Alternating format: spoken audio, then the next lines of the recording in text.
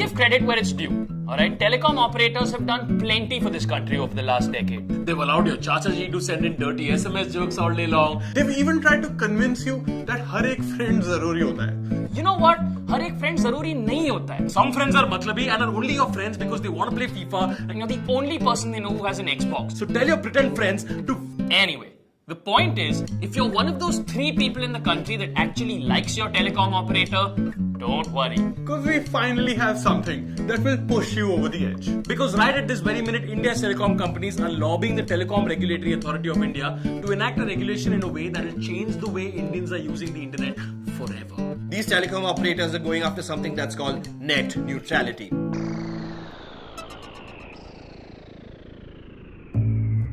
What is net neutrality? And why should I care? Net neutrality means 1. All content is equal and all sites must be equally accessible. Net neutrality means that whether it's a Honey Singh video or a breaking news report about a terrorist attack or a cat gif, all content on the internet is equal and must be equal always. Whatever your choice, neutrality means that once you have an internet plan, you should be allowed to access any website you want without discrimination. 2. Neutrality also means that no matter what telecom operator you're with, you should be able to access all data on the internet at the exact same speed. Simply put, just because your telecom company hypothetically has a deal with, like, say, Flipkart, shouldn't mean that they can make the Amazon website or an independent retailer's website load slower for you. So slow, in fact, that you eventually give up and you're forced to shop at Flipkart because it's the only one that opens fast. Except right now, telecom operators want the option of doing exactly that. Yes. which sucks because, let's be honest, The only thing worse than no internet is slow internet. Ye chalu kyun nahi ho raha hai?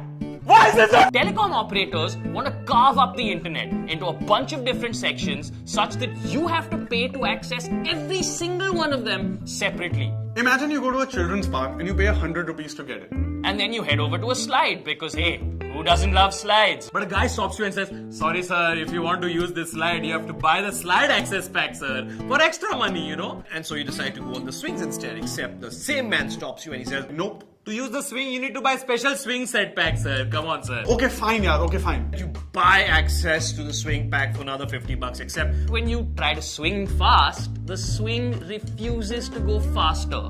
Oh, sir, if you want to go fast, you have to pay even more for the high-speed swing pack, sir. Otherwise, sorry, you can't go faster. at this point you're probably thinking, Wait, what the hell was that original 100 rupee charge for if I can't even use it to do anything? Oh, sir, that was just for the privilege of standing on the grass, sir. in a nutshell, that's exactly what telecom operators want to do right now. So, want to send a naked picture to strangers on Snapchat? Buy the Snapchat pack. Want to show people picture of khichdi and hashtag the hell out of it on Instagram? Buy the Instagram pack. Want to use BBM? Buy... Why are you still on BBM? And it's not just users. The loss of net neutrality hurts you if you're a startup or a fledgling internet business. Hypothetically, Big players like WhatsApp Could go to a telecom provider, pay them money, and say, well, give people my service or website for free, but charge the crap out of other people if they want to use this other new guy, sweet little independent service. which pretty much puts any competition that doesn't have deep pockets out of business for good. Why don't more people know about this? And why aren't more people angry about it, man? A few internet activists have been screaming themselves hoarse about this, but let's face it. you pay roughly the same amount of attention to an internet activist as Arvind Kejriwal does to an open letter from Prashant Bhushan. So naughty. Now, it's not like TRAI is trying to bury the fact that telcos are doing this and praying no one notices. I mean, to be fair, TRAI has been very helpful and put the issue up on their website In a 118-page long consultation paper, In size 10 font. sandwiched between 3 other links. while 5 other images violently distract you with their shitty slide effect. And the best part is the paper is titled, Consultation paper for regulatory framework for over-the-top services. first of all, that's a really innocent name to give something that threatening. If TRAI were to name a nuclear warhead, they would just call it Fluffy.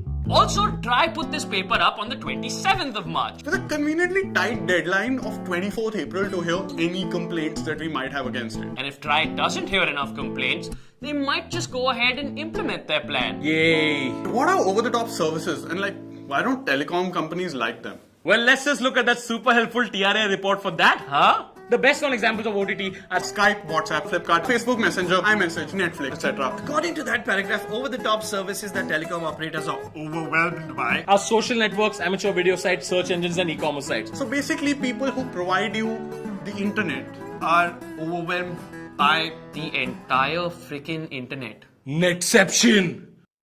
So, why are telecom companies fighting net neutrality? Simple! paisa.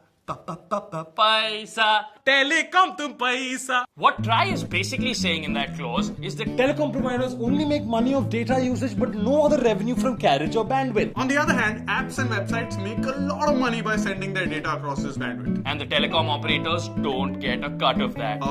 Yeah, because you didn't make that app or website. Also, one of the arguments telcos are making is that they pay a shitload of money to build infrastructure to create and maintain these data services. But then these over-the-top services eat into their revenues. Making it impossible for them to earn their investment back. But that's just it.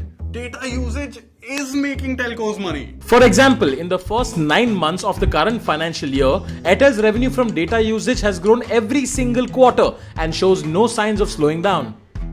In fact, at this point, all telecom operators, you can just change your logos from whatever those things are to a photo of Uncle Scrooge using rolled up money to snort more bits of rolled up money while sitting on top of a Lehman Brothers executive who is coincidentally pooping money. Paisa.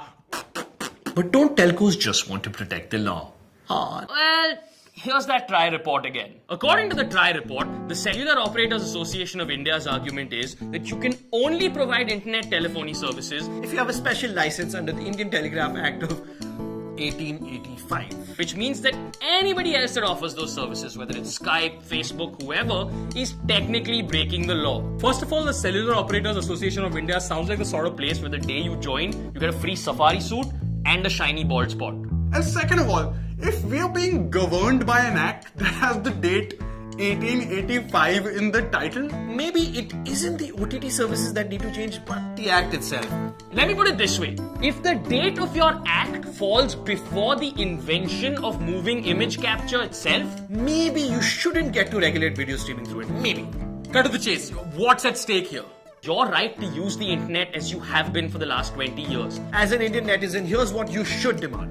Freedom to be able to access information or entertainment on the terms you choose. Not to be pushed into consumer decisions by large telecom companies who have the trustworthiness of Shakti Kapoor in an 80s movie. Equality, because the internet is probably the last frontier where everyone is equal. Where else can Barack Obama post this picture and get this comment? And lastly, it's about the future, because the internet is a utility, it's not a luxury. A lot of other countries have already adopted net neutrality, and if India is to progress with them, an open and free internet is essential. Okay, so what can I do as a user to stop this? What you need to do right now is log on to www.savetheinternet.in. All you have to do is log on to the site, type your name and your email address, and with just 2 clicks, you can send an email to TRAI answering those 20 questions. If you're on mobile, click on the link in the description or on the I button on the top right of the video. And tweet using the hashtag #SaveTheInternet. And tell your friends and your family and anyone you know who has ever used the internet to do the same. It's worth it, we promise. Don't subscribe, don't like, guys, just send the email. Do what we said, if you want to not be ripped off by a telecom company or your ISP, just please go ahead and do this. Just go, you need the internet. If you don't click, this will not happen very often. 24th April, TikTok. Stop waiting, मेरे बाल का हालत देख, like 4 बजे ये shoot हुआ है दिन में. Like seriously, if I can make this video at 4 in the morning sweating, you can log on to the website and send that email to TRAI. I'm just gonna wait here till you click. I got nowhere to be. I'll just wait.